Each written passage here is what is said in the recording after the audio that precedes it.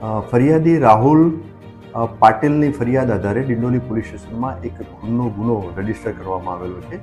આ બનાવની વિગત એવી છે કે ગુનાના ફરિયાદી રાહુલ પાટીલ અને એના કાકા રામકૃષ્ણ રાજારામ પાટીલ એ બંને તારીખ 11 જાન્યુઆરી 2026ના રોજ રવિવાર હોવાથી સાંજે 7-1 વાગ્યાની આસપાસ રામકૃષ્ણભાઈના ઘરે જમવાનું હતું.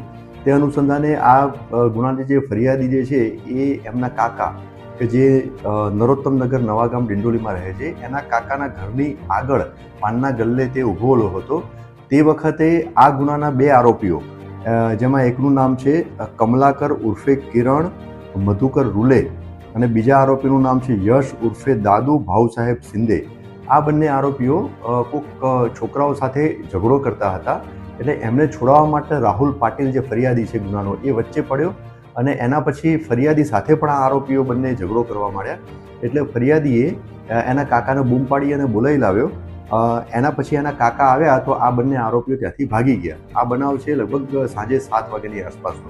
ત્યારબાદ ફરિયાદી અને એના કાકાના ઘરે જે નરોત્તમનગર નવાગામ ડિંડોલીમાં એના કાકા રહે છે રામકૃષ્ણ પાટીલ એમના ઘરે ગયા અને ત્યાં આશરે 7:30 વાગ્યાની આસપાસ આ બંને આરોપીઓ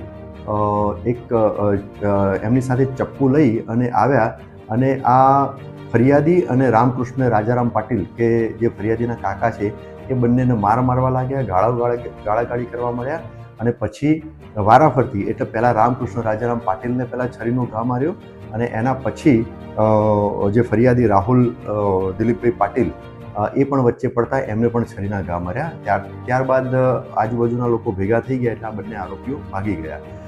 આ બંનેને સારવાર અર્થે નવી સિવિલ હોસ્પિટલમાં એમને ટ્રાન્સફર કરવામાં આવ્યા.